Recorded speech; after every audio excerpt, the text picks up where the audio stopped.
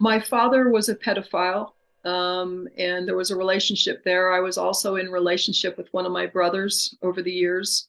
I see this as an altar for both of us. So my father brought me in, so to speak, but he was also associated with Navy years past. And I know that at 3 years old, I was then being traumatized and dissociated by members of that organization, that branch of the military. In subsequent years, there were a variety of branches of military involved, me being taken to bases and so forth. And yeah, I think it grew over the years into being offered up, I believe, through intelligence agencies to the Mormon LDS hierarchy. This is not much talked about, so be forewarned. But at the hierarchy levels, they were utilizing certain altars and programs. So for me, it wound up becoming military intelligence agencies, individuals associated or having links to them, corporations of that variety, and then some religious organizations as well.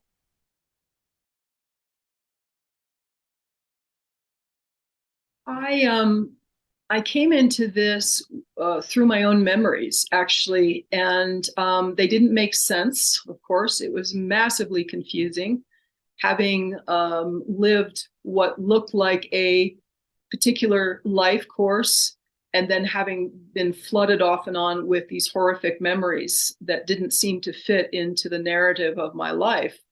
It was deeply troubling. I attempted therapy many years ago.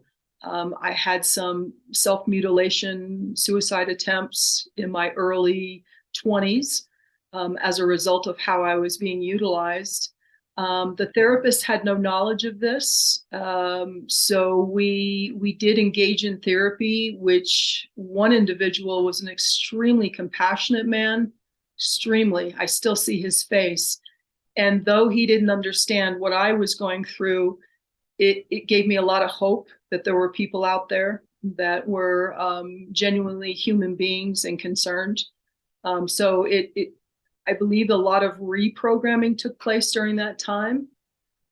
It wouldn't be until I went to all kinds of things. I went to MUFON meetings. I went to conferences regarding conspiracy and UFOs and all kinds of things, trying to covertly find help. But it wouldn't be until 2007, 2008 that I started going with more awareness, that I had voices telling me in my head, don't go there, you're outing us, that kind of thing. But I went anyway because I felt as though I was going to die any moment, which went on for years. And I wound up going to an International UFO Congress conference. I worked it so that I could afford to be there. I was there for 11 days. And at the end of it, a man approached me, which turned out to be a potential handler who was also MK Ultra. But he had information that I needed. So I took a chance and I wound up in Salt Lake City with two ex-Mormon LDS who were speaking out. One was very vocal, and it was a very unusual circumstance that I was programmed to him. I won't go into that, but my programming was breaking down enough. He was a very centered spiritual person, so the program did not play out. And what happened instead was he had called another man, and we sat down for several days, and I just told them everything. And at the end of it, they weren't deprogrammers or therapists, but at the end of it, they told me, we not only believe you, we've worked with people like you. And at that point, the floodgates opened. It still almost chokes me up because it was as if my altars said, we're finally safe, somebody's listening. And they began presenting memories 24/7, literally flooding me with memories. It was a very challenging time, but it opened. Sure. Sexual abuse is number one priority, starting from very young. I do have a memory as an infant that I relived a body memory in deep, deep programming where my airway was blocked. I was pre-verbal at that time. And I mean, the movement was arms and legs like a very small infant. And I dissociated over it being blocked twice. I dissociated. So the dissociation starts very young. If you were part of what we refer to now as MK Ultra programs, and there's a variety of programs, the name has changed, but it's the same MO basically. So it was trauma-based mind control, which involves a variety of sexual abuse, rape, sodomy, um, uh, I had cattle prods used on me, electric shock in other forms, um, uh, drugs, hypnosis. I was obviously linked up to machinery and in some of the bases, and drowning, near drowning, and drowning. A lot to do with water for me. And I believe there were also alternative objectives with putting me in water, not only to traumatize me, but some other objectives that they had.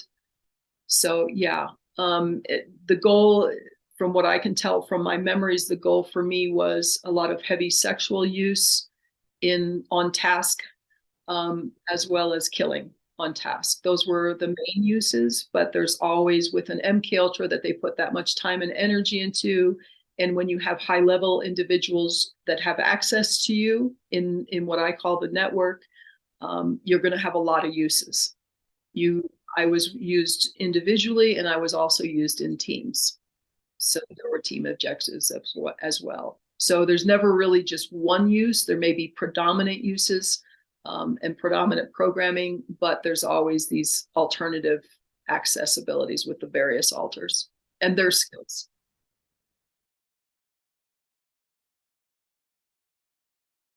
There's quite a wide variety. Locations, many locations I list in my book. I do list not only countries and states, cities that I have memory of. A lot of the places for me, even today, my memories don't play out like a movie where you have a beginning, a middle, and an end. It's come a lot of it's come together, covering decades, but there's always missing pieces. So I have a memory in a facility. I have a sense that I'm in the desert outside of Tucson, but I couldn't tell you where the facility is. And then years later, I'll have confirmation from someone who knows that facility, I mean, an insider that knows about that facility. So a lot of it is that it's like I have a memory here, I have a memory over here, and I'm determining where those places are to the best of my ability. Some of them I know specifically, as, for example, MacDill Air Force Base in Tampa years ago, which was the SOCOM base, by the way, in those years, and may still be, as far as I know. Some of the facilities are underground. That was very clear. As far as people, a lot of the people in my memories aren't famous people. In other words, for example, kill programming. Um, what I learned as a pattern for me in my particular case was I was being utilized by the network to take out a lot of members of the network. So I can still see faces and outfits and so forth, but I don't know who they are. I have no names. I do have memories of programming to some activists, like many years ago, Danny Glover, who I knew nothing about him, and then I learned in deprogramming that he was quite the activist in regards to Venezuela and Hugo Chavez, and that was a real problem, for example, for the Bush administration, Papa Bush, by the way. So there were things like that intimated I had a relationship to some higher level people that I was being utilized to assist in their agenda. Well, at 3 years old, I was clearly in a cage, in a stack of cages. while something was being performed, a horrific murder was being performed in front of me by a group of men dressed in what I call navy denims. That was one thing I recognized, which was something I know my father had many years ago. He wasn't there in that, but so there were cages involved. I recall being electric shocked on a cold metal table, and this was at MacDill Air Force Base, while there were men in khaki uniforms in the room. One had a white coat on, and I only remember snippets because I kept blacking out from what they were doing. And I do remember him saying, I don't know if anybody else can relate to this, 3 more rounds at one point. There was water involved. I was as a youth, I was actually as a youth and adult years, I was in larger pools, but as a youth, I was in what I would describe as a rather small tank, submerged, with 2 men standing over me and hearing in my head, not hearing them verbally, but hearing in my head, stop holding your breath. That's what it was. Stop holding your breath. I was trying not to inhale the water, and they wanted me to inhale the water. Um, and then as far as other ritualistic, bizarre episodes, being drugged and being raped by groups of men, being in and out of my consciousness, really, really perverted actions, involving blood, semen, various things. Yeah, it would be the infant would be the first experience. I know my mouth was stretched as wide as it would go, and I was screaming, crying, and then there's no sound, but my mouth is still stretched as wide as it goes. So I've used my imagination to extrapolate onto that, what was taking place. And then I'd have to say the 3-year-old episode with me coming to an altar in a cage, and then having these Navy guys come in, and there was a man, before me, basically being horrifically tortured to death, and I was to witness this. So I would say those are the earliest, and then there's snippets of things with my father as a young person that I won't give details on. They're too really disgusting, but it involves semen, urine, and feces. So a lot of the really horrific stuff being done to me, or me witnessing, which I've also witnessed other young individuals being taken out, or being programmed, and being unable to help, which seems to be one of the things they like to do with groups of kids. Wow, yeah, I could go on for a while on that one. I guess what I would say is that this has been around a very, very long time. This isn't new to this modern age. It's been around for eons in various human civilizations, offering up to the gods and so forth. And this is really, in a bizarre way, this is what we're looking at, is a group of men, women all over the world who have become subjects of dark forces, and are paying homage and worshiping these forces because they've been promised things. By the way, guys, that are a lie. Okay, nobody gets out of this. And even the minions that are being used, the men and women in corporate, military, intelligence, politics, government, law enforcement, you name it, I don't think they realize what I know, and that is you're expendable as well, and will be gotten rid of at the right time. But they've been promised things, and they're actually under a spell themselves, under a version of mind control as well.